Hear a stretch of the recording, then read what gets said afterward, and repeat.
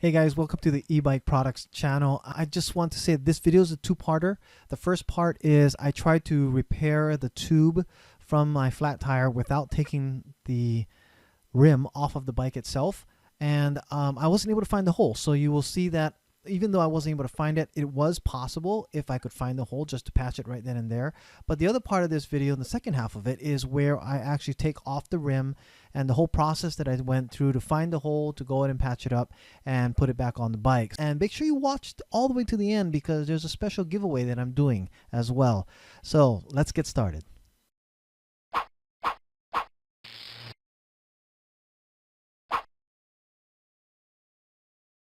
Okay, so to speed things up, I'm going to go ahead and just jump right in and show you the supplies that I'm going to be using just to test this out, see if I can patch it.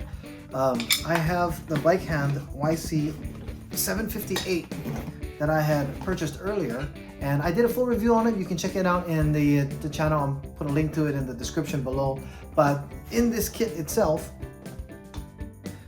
it also came with two of the tire levers, and then also it came with a small little patch kit that I think has like 6 patches in it. So I have everything I need. I didn't really have to go buy anything. Now, I wasn't sure if it was actually something in the tire when I first got a flat, or if it was from maybe possibly a rim, a spoke puncture that could have caused it.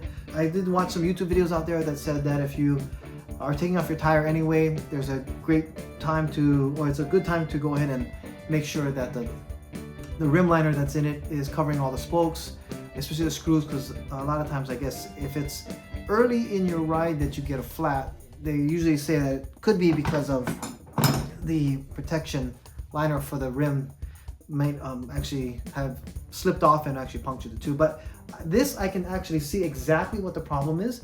If you're able to, I'm going to bring this closer, see if you can see the issue that we're having right here.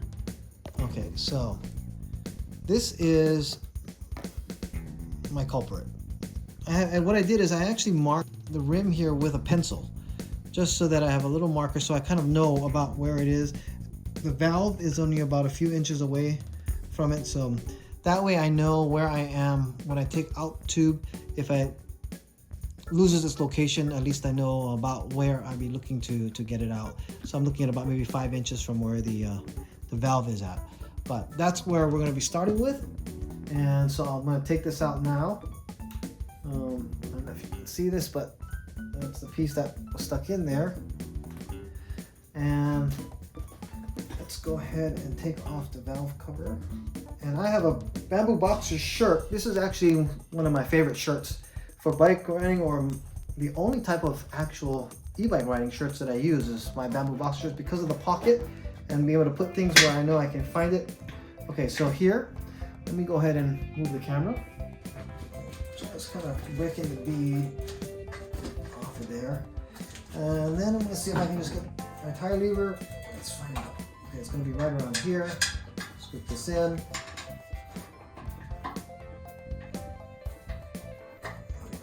The other one,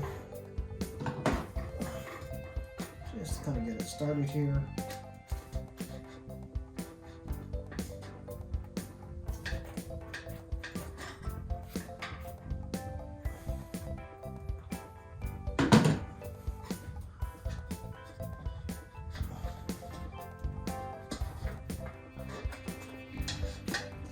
Scratch the rim. There we go. Just kind of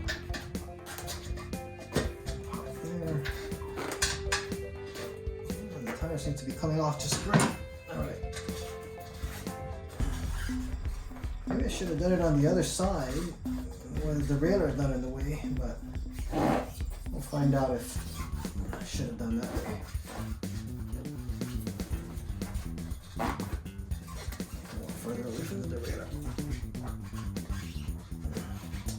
Actually, the other thing I probably should do is I'll bring the gear down to the lowest level.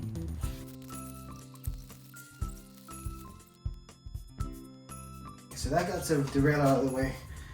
Yeah. It gives me a couple more inches left free. Alright. So I got this out, and here's some marking here. Get the tube out. There's still a little more air in the tube than I had hoped.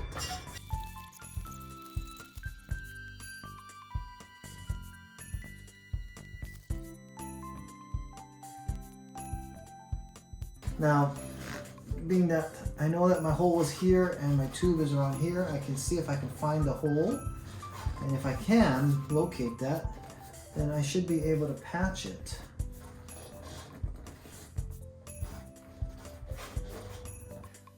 Alright, so at this part of the video, I'm going to save you all of the pain of watching me trying to find the hole.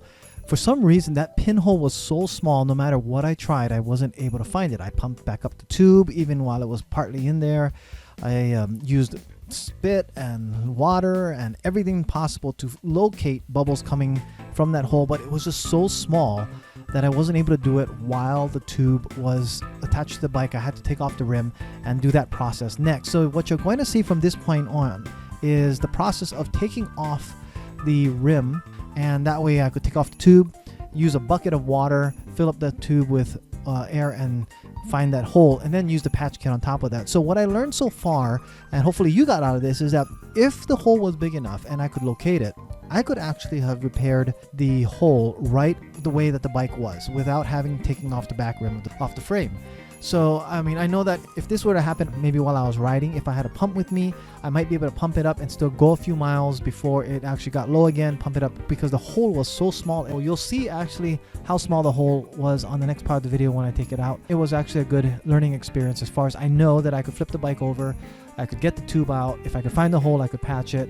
Here's the next part of the video where you'll see me go ahead and do that process, and a special tool that I ended up needing that I had to stop for a couple hours to go buy this one tool to take the rim off. But you'll see what I'm talking about in the next video. I'm going to have to remove the whole tire, and that's what this video is going to be about. These are the tools that I think all I'm going to need. This is just basically anything that can cut a zip tie. So I have a zip tie remover, a 4mm Allen wrench, and I only need really one of these, but a crescent will do, or an 18mm wrench, and any of these will actually be able to remove the two sides.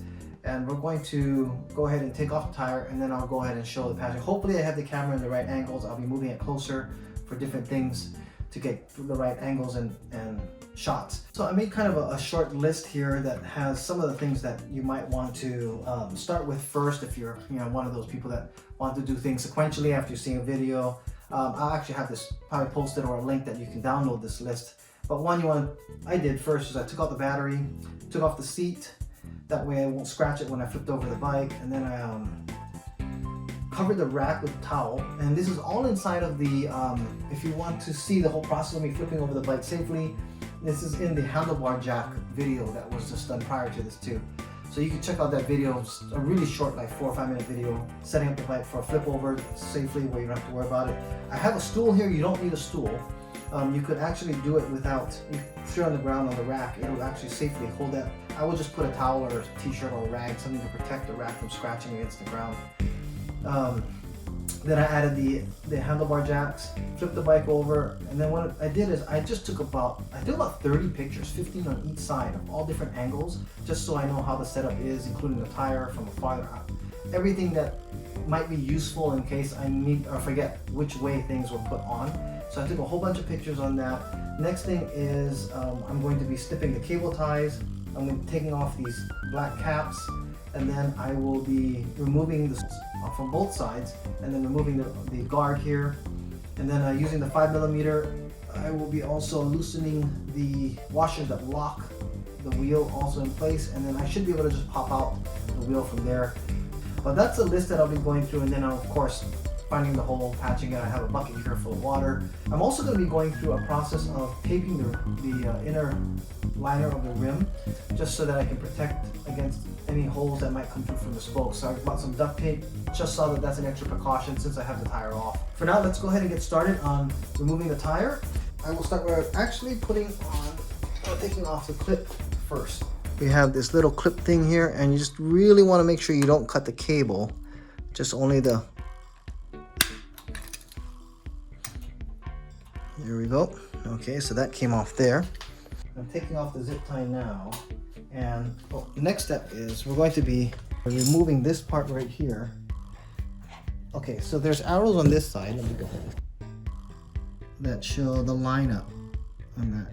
But you can also take another note of that the words here are actually kind of lined up the same as well. They say jet let. So that's one way I'll be knowing I'm putting it the right way together.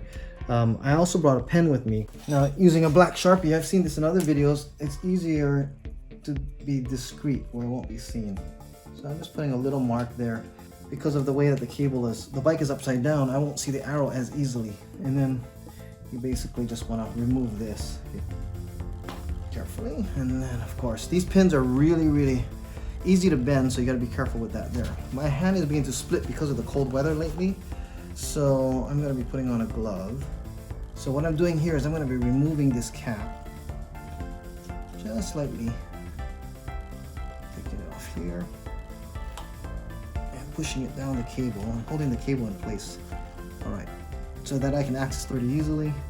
And then what I'll do is I'm going to do the same thing for the other side and remove the cap here. These are on pretty tight, so that got removed there. Again, I have my 18 millimeter. This is from my bike kit. And let's go ahead. Okay, just for a second real quick, I just want to let you guys know that nut on the backside is really tight. And I was having an issue with the thin bike hand 18 millimeter wrench that I had.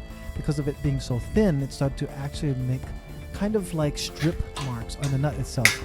And so I used the crescent wrench the first time after that, and that too began to do it. The nut is so tight, it actually started to make strip marks on top of that nut as well. Also, I don't recommend unscrewing the nut the way that I'm doing it, is because the amount of pressure I was putting on the rack was probably more than the 50-pound rated and could have bent it.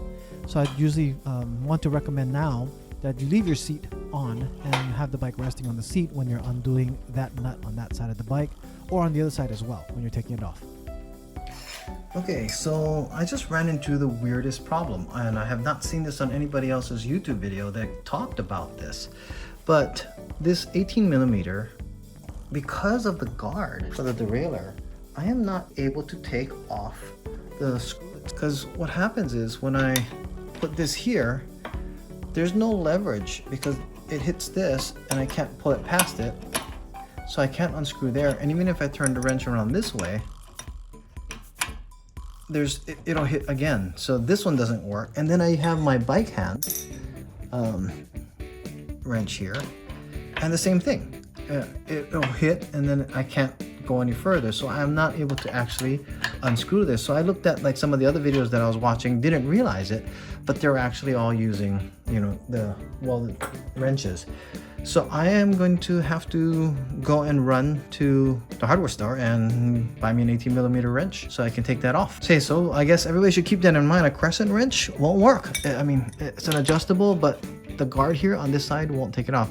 I was able to get the other side off. It took a lot of effort. These things are screwed on really tight, so it's good to get a good wrench on it as well. I would also say that I wouldn't recommend using a bike hand on this, because if you can see what happened here, but you will see that actually got bent because this is not exactly a perfect fit on here, and because it was so tight and it doesn't fit like snugly, then what happens is it starts to get damaged a little.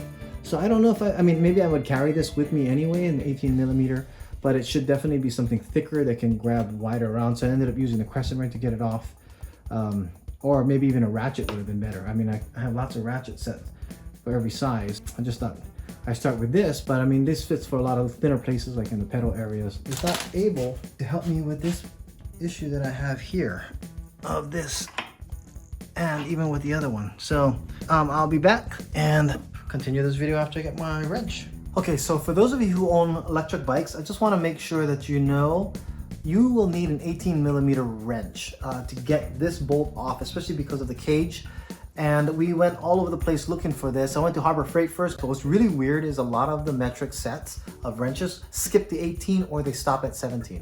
I ended up finding a bin and getting one of a single wrench. I mean, this came like this. It cost me $7 just for one wrench to get, because I just couldn't find the set that had it. I would rather get a set, so I had some other ones, but that's just what happened. So those of you who have Lectric XP know that you need to get a wrench that has a smaller head, because you cannot use a crescent based on what I showed you earlier. And you're gonna have to use one of these to go ahead and get this bolt off on this side. You can't use a ratchet because of this that's in the way. It won't go onto the other side. So just keep that in mind. If you don't have one of these around, you're gonna have to probably go get one or borrow one from somebody if it's available. But I guess it's a common problem. If you look on the internet and Google it, 18mm wrench is missing, then you're gonna find a lot of people have been complaining about that as well. So let me go ahead and I'll show you now the taking off of this next, and then I'm gonna take off the tire. Let's go ahead.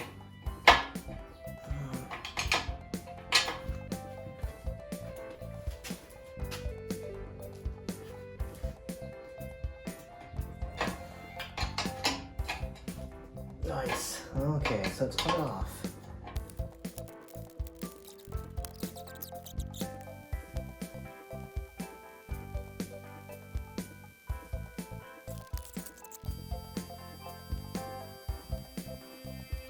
Okay, so the guard won't come off until this 4mm Allen wrench screw is taken off, because that again is in the way. And let me show you why. This screw is in the way from letting this come down to get off.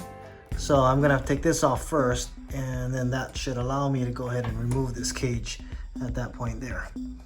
So let's go ahead and take this off.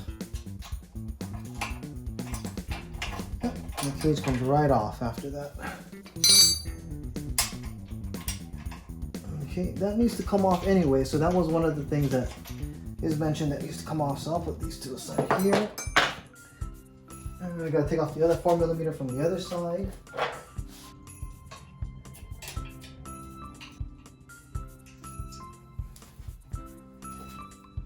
All right, make sure that comes out clear.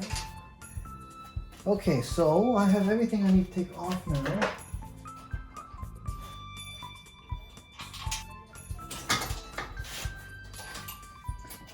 All right, and it comes right out. Now that I have this taken out, what I can do is I'm gonna go ahead and take off the rim, and take off the tire from the rim, and let's go ahead and take a look at the rim liner that's on the inside here. So this rim liner here, I want to go ahead and double check.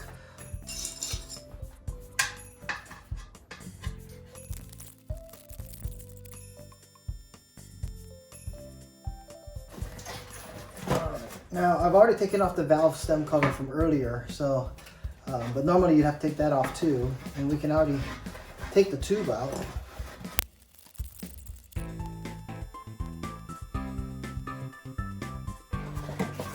Okay, so take the tube out here, just pull this tire off, and that comes right off there. So what I basically want to make sure I do is now check this rim liner, see how these areas here are exposing. This actually could be where my holes were coming from for my tube. I need to double check. I have a bucket of water that can be pulling in, but also you can see how it kind of gets uneven. You know, it pulled over. So this needs to, but as long as it's not covering the bead, which is this lip here, I'm just gonna go ahead and add some duct tape to it. What I got here is multi-use black duct tape, and I got this from Lowe's. I think it was like about $5 or $6 again. But I saw another YouTuber talking about this tape, because he had mentioned that it's very possible if you get a flat early in your rides. I don't think I'm only at about 20 miles and I already have a flat, but that it could be from here. Now, like I said, I did see the nail, but these type of things are notorious for actually making holes, and it's just, if you add a strip of tape, it'll help prevent that from happening. And of course, so I'm adding this on just to make sure, just a little added protection there, a little peace of mind. One strip will go around just to make sure it doesn't puncture my tube.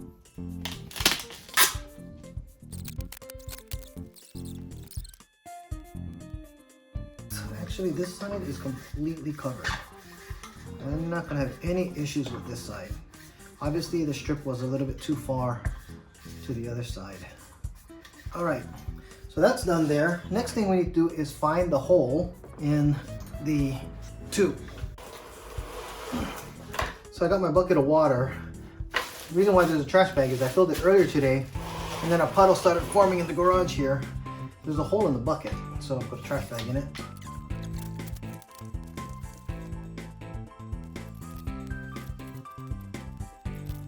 Let's make sure it's not the valve.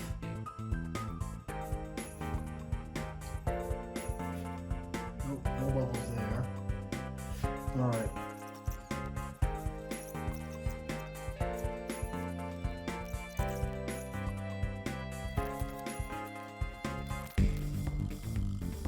Oh, I see the hole. Okay. I don't know if you guys can see that there. Bubbles are coming up right here.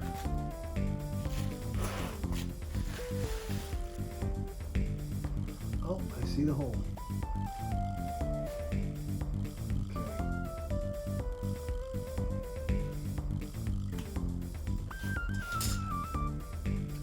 But we might as well check to see if there's any more. So I'm gonna mark this even better. Let's see if there's any other bubbles. Let this side dry. Okay, so we found our hole, and that's pretty much the extent of the damage. I went through the whole tube, went through it all the way around the bucket. So now at this point, what I'm going to do is go ahead and use the patch kit and put the patch on here. Hopefully this is decent enough quality. So this is the glue. Now before you do the glue, you really want to make sure that you sand down this area here. This will roughen up the area. Okay, I think that's pretty good. Then this is brand new, so I'll poke a hole in this to open it up. All right.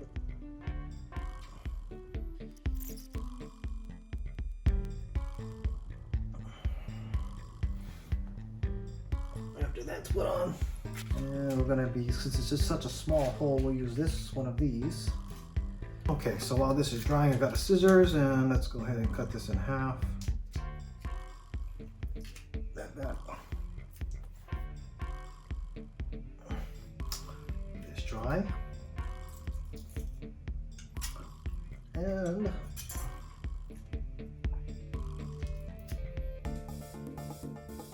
still able to see my circle from the glue. Put that there. I need to put pressure on the whole thing.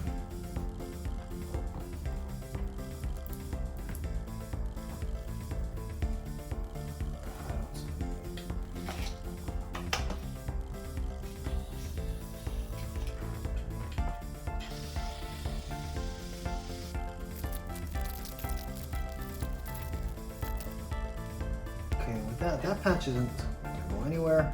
And because the hole was so small too, even less I have to really worry about. This should definitely hold it. Okay, that should be enough. All right, and we're ready to go ahead and put everything back together. We also have to make sure that the tire goes back on the same way. And I made a mental note that the word Chaoyang was actually the right way, facing me the way I was reading it, left to right.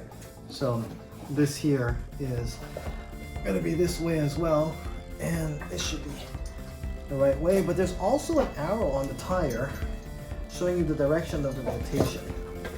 Let me show you that here. Chaoyang, and of course there's an arrow pointing here showing the direction that the tire should be going. So if this is on the bike, it should be going around this way. So I know that this is the right way. And since I have this up here, actually I probably want to do it the other way. I don't want to put any real pressure on the motor side cable. I'm going to stick this side in first.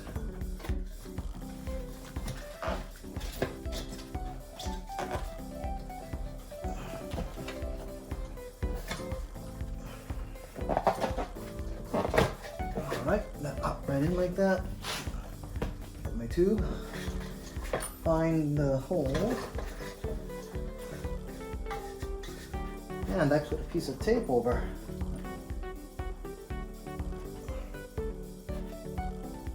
Okay, alright. Stick this in first. Okay, so the valve is going into the hole there. Make sure And I have my cap. I'm gonna put the cap on so that it doesn't slip out while you're working on it after. Okay, and then with that, feed the tube in. And I will be, of course, making sure the tube is not going to be pinching anywhere weird. Good, it's all nice and loose in there. Okay.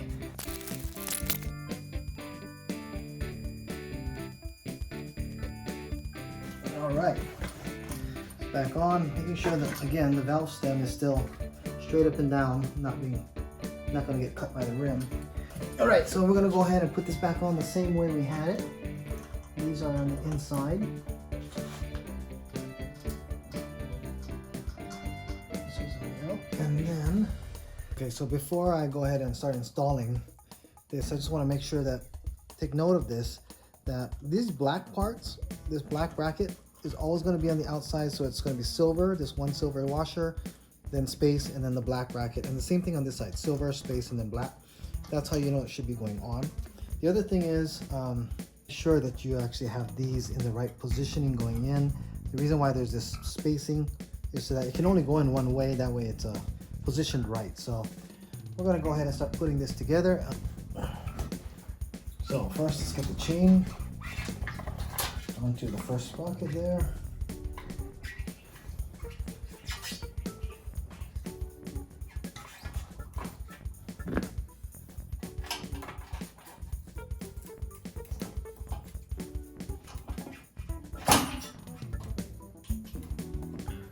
And most importantly, now that I'm watching, is the brakes.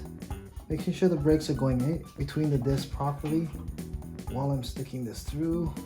Okay, so that brake is going in there perfectly. Okay, it fit right in, dropped right in. So it looks like the step-through is a little easier to put in and drop in than the regular electric. I'm just going to show you this side as well, but I was really watching down in this area here to make sure the brakes were lining up in the pads, going in right in. That was really an important part because I didn't want to have to do adjusting if I didn't have to right now. All right, just tighten this by hand a little, and then let me put the 4mm Allen's back in.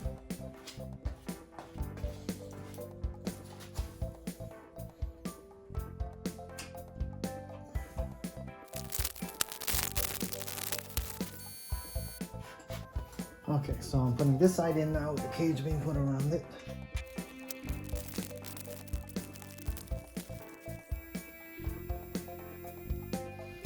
All right, so that.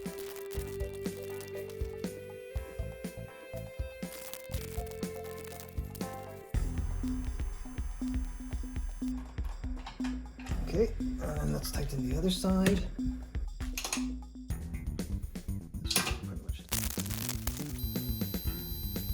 Keep in mind I have it on my rack, so just so you guys know, the rack is only rated at 50 pounds, so I don't know about pushing it all my weight down on it. Might be a case for using your seat.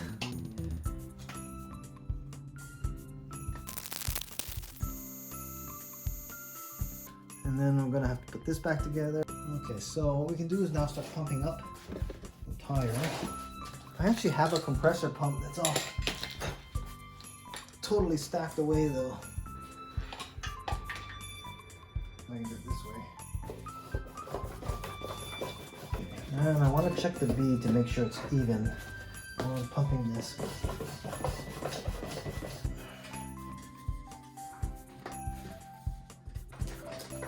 Okay, there we go.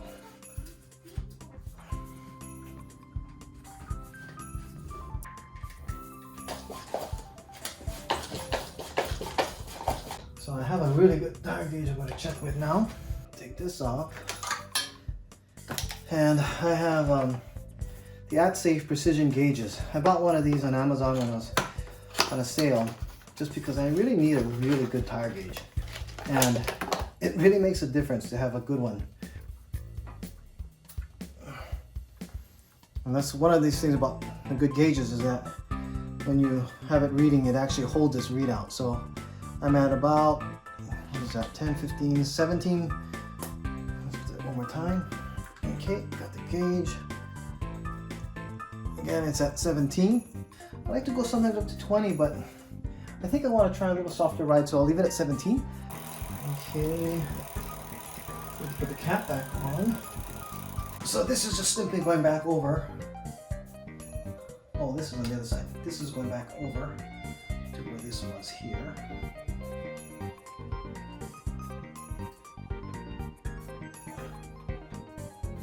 All right, and again,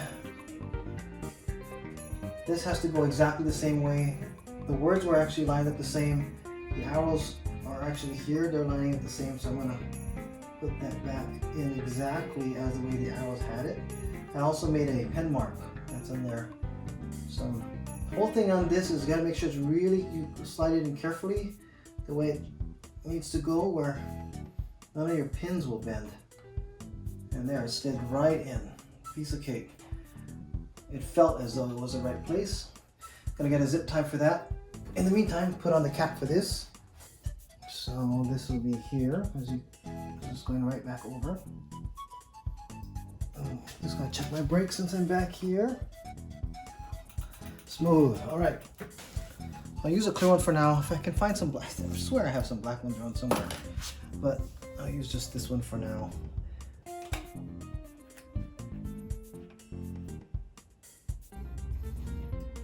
All right, that is nice and snug.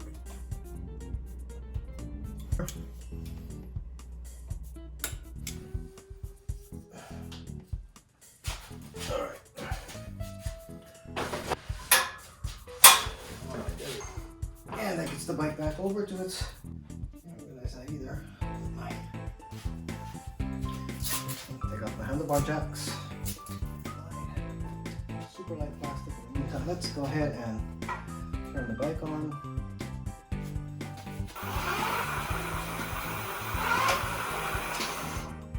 Gonna go for a test ride and check it out. Right, thank you so much for watching all the way through the end of this video. And if you liked what you saw and you got something out of it, please give it a thumbs up. That really helps the channel here. And also, if you're not a subscriber yet, go ahead and click on the subscribe, and you can also click on notifications, so anytime a new video comes out, you'll get notified of that.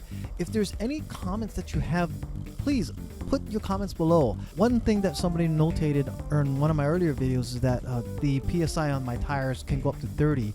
But I just want to let everybody know on the Lectric XPs, there are some Chaoyang tires, and there's another brand, the CST tires, and they both have actually different pressures, the PSIs that are allowed on that. My particular Chaoyangs are only 20 PSI, so that's why I said 17. I'm going to ride a little softer, but I can't go up to the 30 like some of the CST tires that also came on some of the other electric bikes in the past. So there are two different tires that they do ship out with. The other thing I wanted to also make note of is I did make a comment earlier about Bamboo Boxer Company. They are the ones that make every video that I have on YouTube. If you look at it, there's a pocket tee. They all come from the Bamboo Boxer Company, and they are a huge supporter of the channel. I know the owners personally, and they're just the nicest people in the world. They're based out in Hawaii, and they actually used the local Hawaii staff there to make the shirts that put the pockets on here. So I encourage you to go ahead, check out Bamboo Boxer Company to support them. If these are some great shirts, the quality is fantastic, but also these are the best e-bike shirts in my opinion, because to have a pocket that's really accessible right here really quickly, especially when you're riding, if you have stuff in your pant pockets, they can fall out. Where pocket tees, they have a less likely possibility. In fact, the newer model of the t-shirts have buttons on them. And the other last thing I want to mention, because you're watching this all the way to the end, is I am going to give out one free Bamboo Boxer shirt from my supporters at Bamboo Boxer Company. So if you comment below, one random person will get a Bamboo Boxer shirt. Then this is only unfortunately for United States residents because of the shipping costs. Within the country, I'll go ahead and send you out a free shirt. So again, make a comment below, get a chance to win it. And also thank you guys very much. The milestones that we've been able to hit, 300 subscribers in the short amount of time that this channel has been running, has been just a great encouragement. And also the amount of views that we're getting, the amount of comments, the community that we have. I just want to say my Deep appreciation to each and every single one of you. I'll see you in the next video, and thank you very much.